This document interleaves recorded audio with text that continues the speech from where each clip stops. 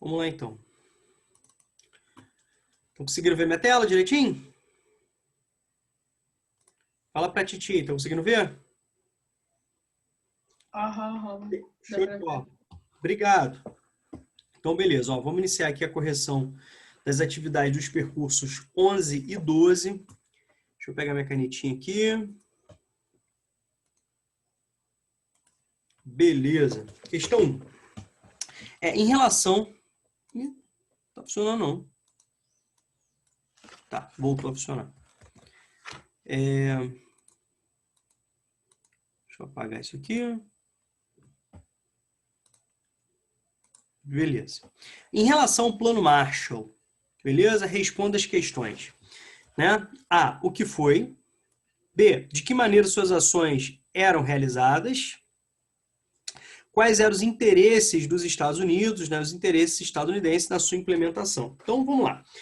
O Plano Marshall, né, ele foi elaborado pelos Estados Unidos no finalzinho de 1947. Né, ele foi idealizado em 1947, entrando, né, em prática em 1948. Tá legal? Rômulo, você quer que a gente decore em 1947, 48? Não, eu quero que vocês entendam que é o contexto, né, pós-Segunda Guerra Mundial. Terminou em 45. O nome Marshall vem do seu, né, o seu idealizador, que era o chefe do Estado-Maior, né, dos Estados Unidos, o general George Marshall, tá? Que tinha, né, alguns objetivos assim muito importantes. Primeiro, tá? A Europa estava arrasada, foi um dos grandes, né, centros de guerra, juntamente com porções da Ásia. Era o epicentro, né, do conflito aí na Segunda Guerra Mundial, estava arrasado, destruído fisicamente, né? Indústrias, áreas de agricultura, né, infraestrutura de transportes, como, por exemplo, rodovias, portos, ferrovias, né?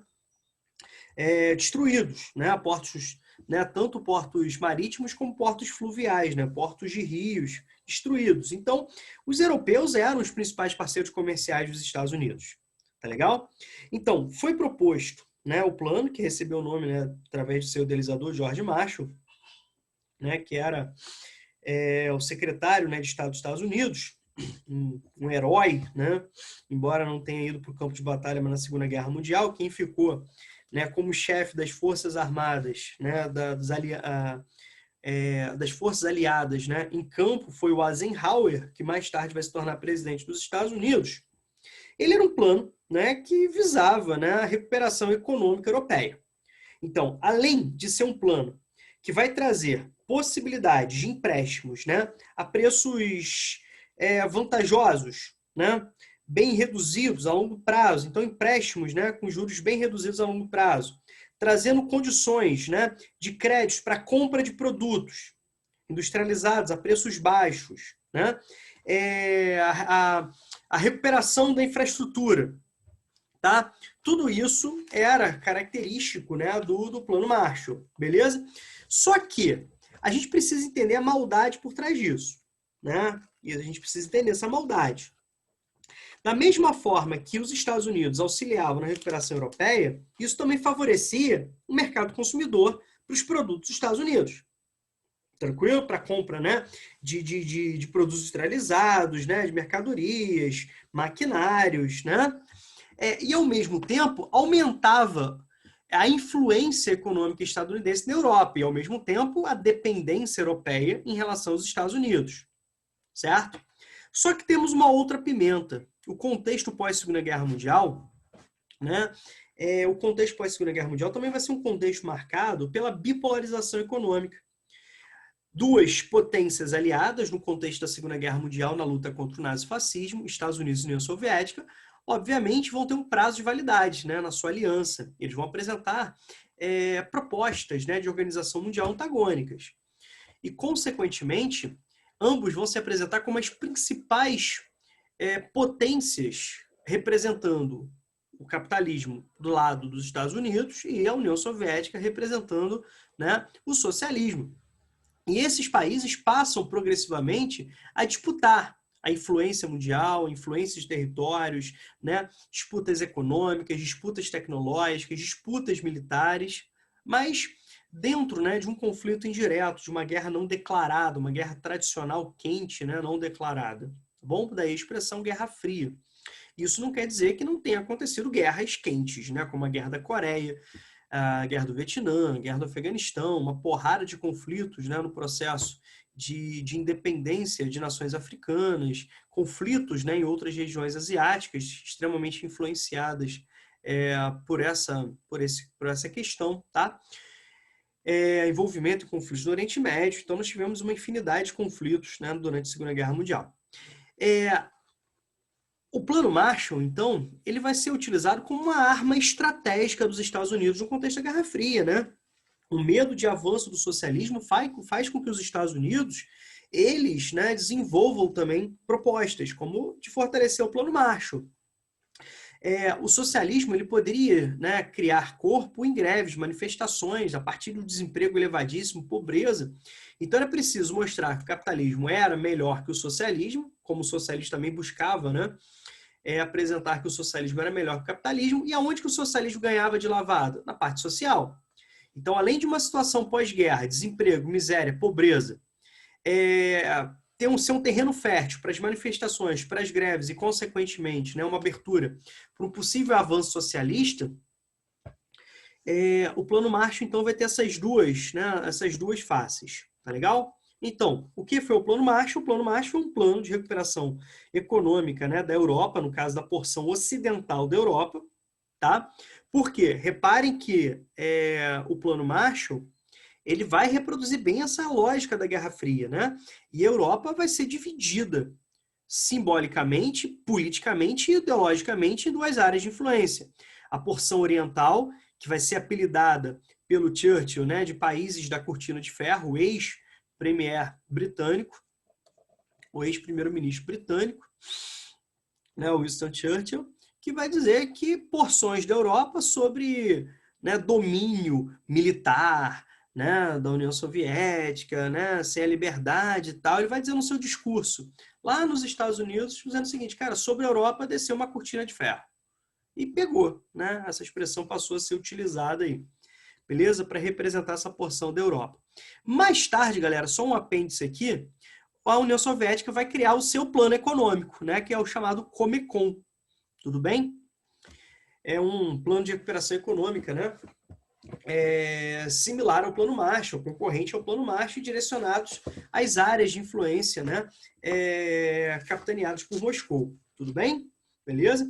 Então, o plano de recuperação da Europa, né? Principalmente ali a porção ocidental, que estava destruída, né? Decorrência do contexto de guerra. Ele passou, né, a ser implementado a partir de 1948.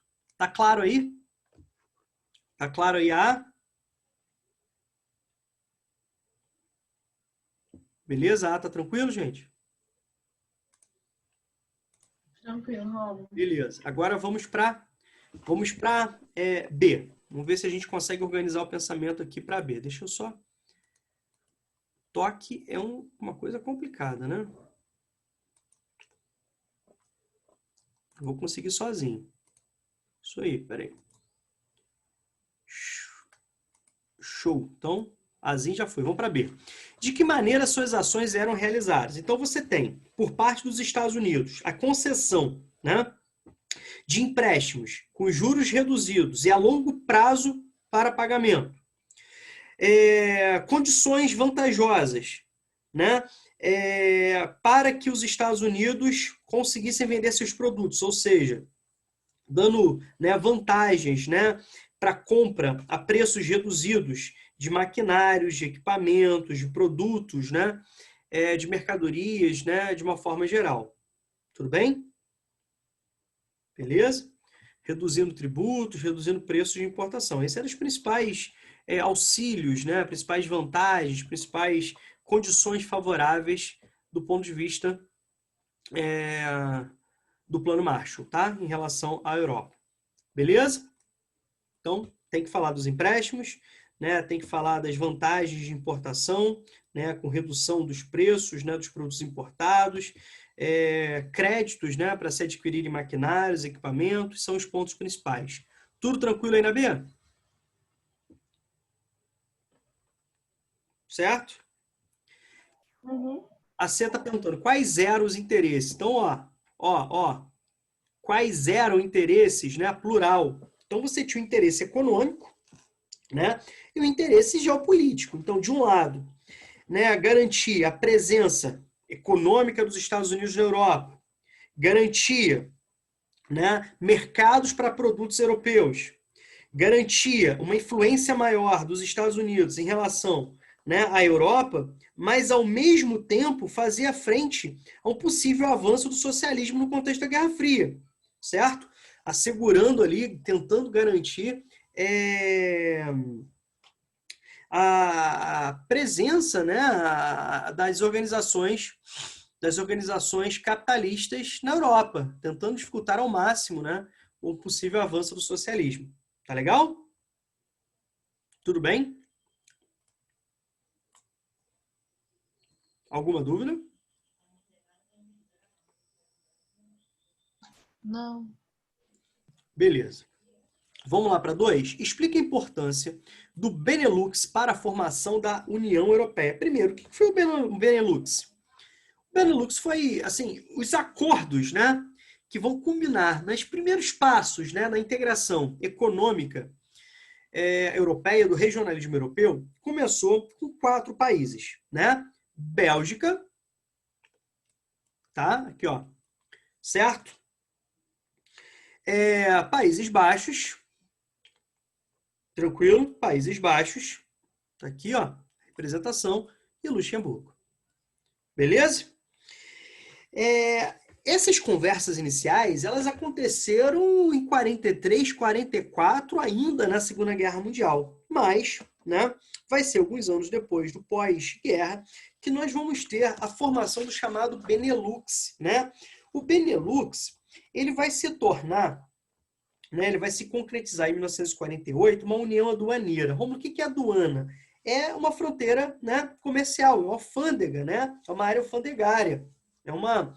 Quando você fala isso, você está unindo as alfândegas, criando, né, uma tarifa externa comum, uma TEC, né?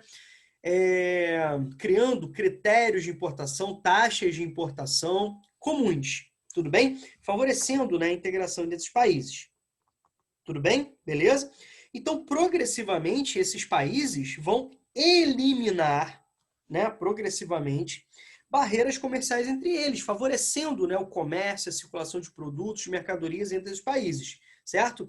Então, o Benelux vai se apresentar como a primeira experiência de integração econômica, né, entre países. Olha só que bacana, certo?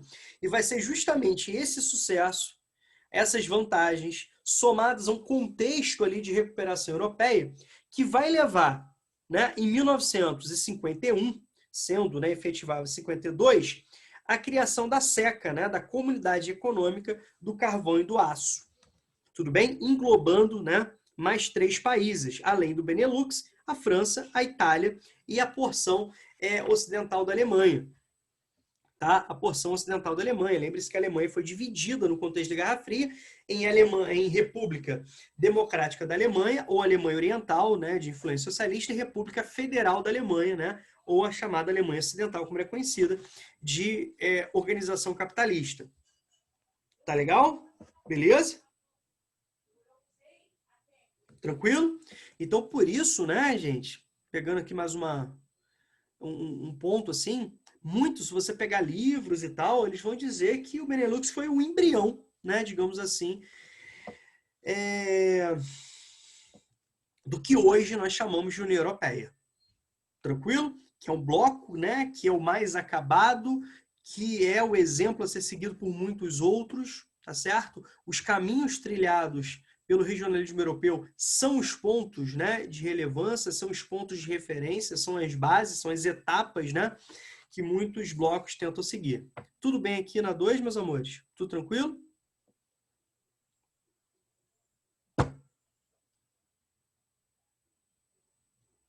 Tudo tranquilo?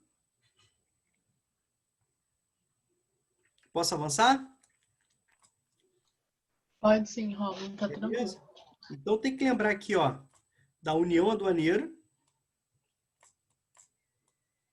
Tem que lembrar, né,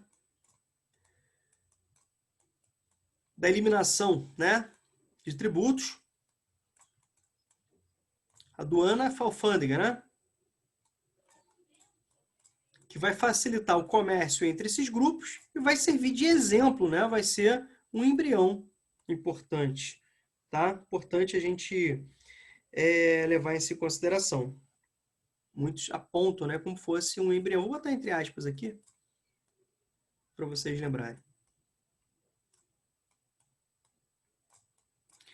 Embrião